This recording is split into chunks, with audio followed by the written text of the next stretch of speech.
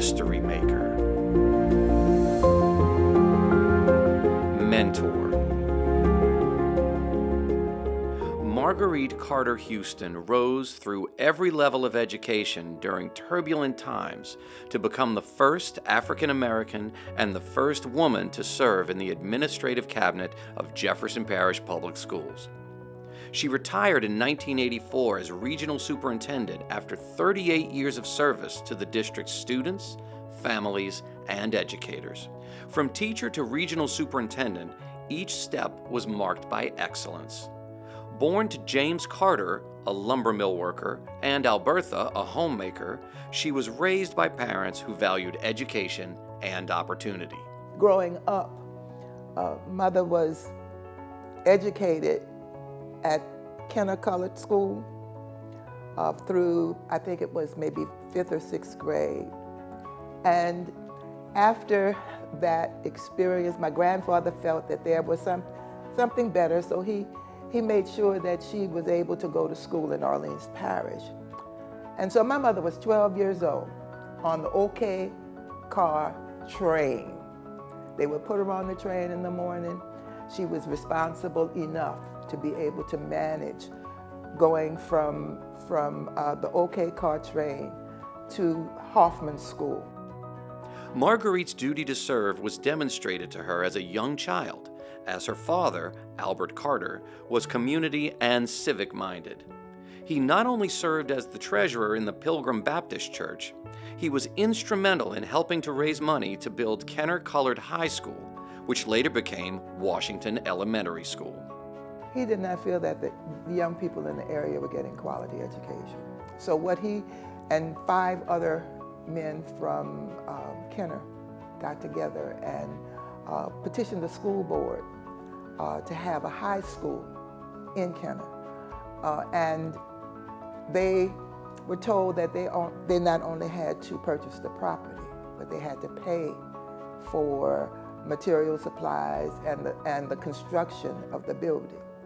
They raised the money, and so in 1936, I think it was 1936, the high school came into fruition. And the building still stands. That building that was built, through their efforts still stands.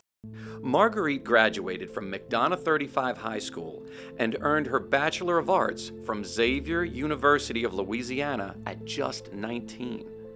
Unable to find a job in Jefferson Parish because of her age, she accepted her first teaching position at Clinton High School in Clinton, Louisiana.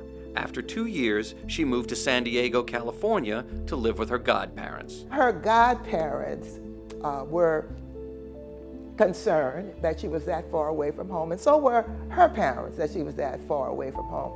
So they decided that they would invite her to live with them in San Diego, and she worked for the Navy. And in education, after that, there she met my dad, and they married, and I was born. They came back to this area, to the Kenner area, in 1946.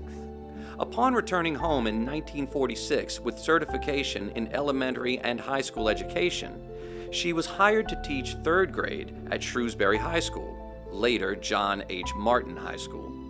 2 years later, she moved to Kenner Colored High School, now Washington Elementary STEM School, teaching 5th grade and high school English and social studies, where Principal Joseph Carroll helped shape her administrative skills. She was the disciplinarian for elementary schools, people that were in her classroom, especially me.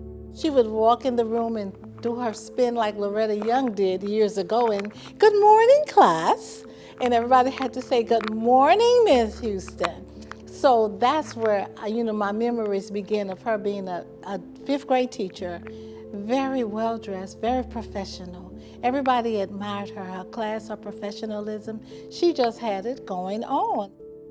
After earning a fellowship, she spent 5 summers driving to Northwestern University in Evanston, Illinois, where she received her master's degree in educational administration in 1962.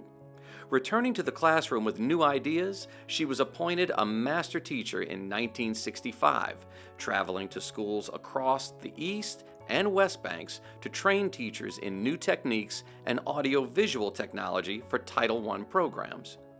3 years later, she became principal of Percy Julian Elementary School, a role she loved for the opportunity to guide both students and educators. Her excellence in every position eventually led to her appointment as a personnel supervisor, where she worked to open doors for professional advancement that had long been closed to many aspiring African Americans. And it was amazing, as personnel supervisor, all of the people that we would find at our house after hours, where she would work with them to support them in applying for positions as assistant principals or principals, whatever, and even as teachers. So she would work with them, encourage them, interview with them so that they would feel comfortable. At that time, it was very difficult for African Americans to get appointed to positions in administration. In 1971, during school desegregation, she accepted the position of assistant principal at Grace King High School, becoming the school's first African American administrator. In 1975, she was appointed Assistant Superintendent of East Bank Schools, earning a reputation as a dynamic and fearless leader. In 1981, she was named Superintendent of Region 2, overseeing 27 schools across Jefferson Parish. Her dynamic personality allowed her to be all of the things that she wanted to be. And as a pioneer, she was one of the very first Afro-Americans in the central office. And I remember how people treated her with utmost respect. And I remember her leadership of always being around people, and they felt better when she left. She had that atmosphere of her sense of urgency. You can be better than what you are. The only African American and first woman to serve in a superintendent capacity is known for having opened the doors for many. I went back to school and got certified in education, and then she was area superintendent, and I think she became, my supervising teacher came under her. So she encouraged me. She's actually the reason why I became an educator. She never forgot her humble beginnings or the influence of her family, faith, and community. In 1984, more than 350 people attended her testimonial dinner, confirming how many lives she had touched. Her journey was not without challenges. She faced prejudice and difficult moments, but always met them with dignity and strength. Beyond her career in education, she was also a devoted mother to her children, Deborah Houston Edwards and Reginald Houston, as well as her extended family. A lot of times, the respect that she gave came back to her. And one of the key things about it, she remembered names. She remembered people's names, and so that made a big difference in how people approached her, and anybody who knew her could easily come and approach her. I remember one time, it was maybe like 9 o'clock, and I was over there by her house, and she decided, well, let's make some crawfish etouffee. And I'm like, okay, it's kind of late, but okay, let's just knock it out. Making the stuffing, and then having to stuff the crawfish, and then make the roux and everything. So we didn't get done till probably like around like 1 o'clock in the morning. And I'm like, why in the world did we decide to do this venture? You know, basically at this hour, but that's how she was. She's always spontaneity, and then also, you know, being able to spend that quality time. She also served her community through the Pilgrim Baptist Church and was a member of the Alpha Gamma Zeta chapter of Zeta Phi Beta sorority.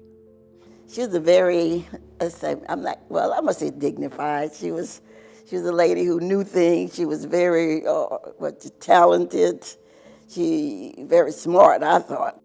In 1952, she and 10 teachers founded Swans Incorporated, a community service organization dedicated to promoting civic and cultural activities, supporting students with scholarships, honoring unsung heroes, and helping families in need.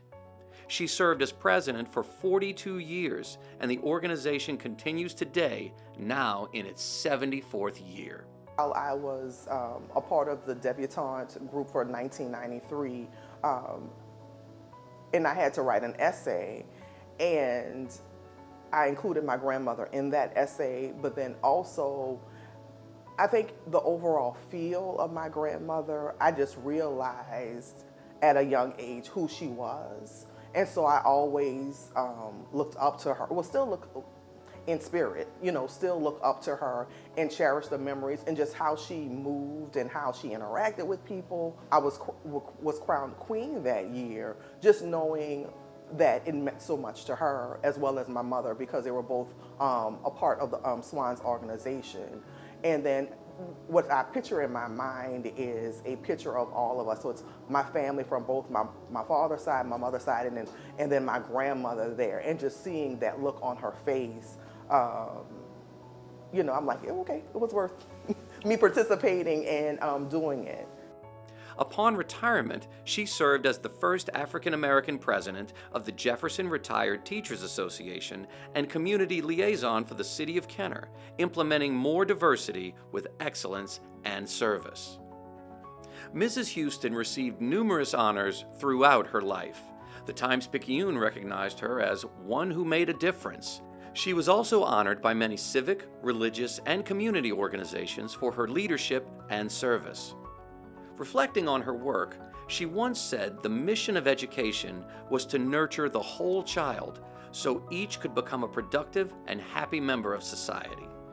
She lived her favorite hymn, "If I can help somebody as I travel along, my living shall not be in vain."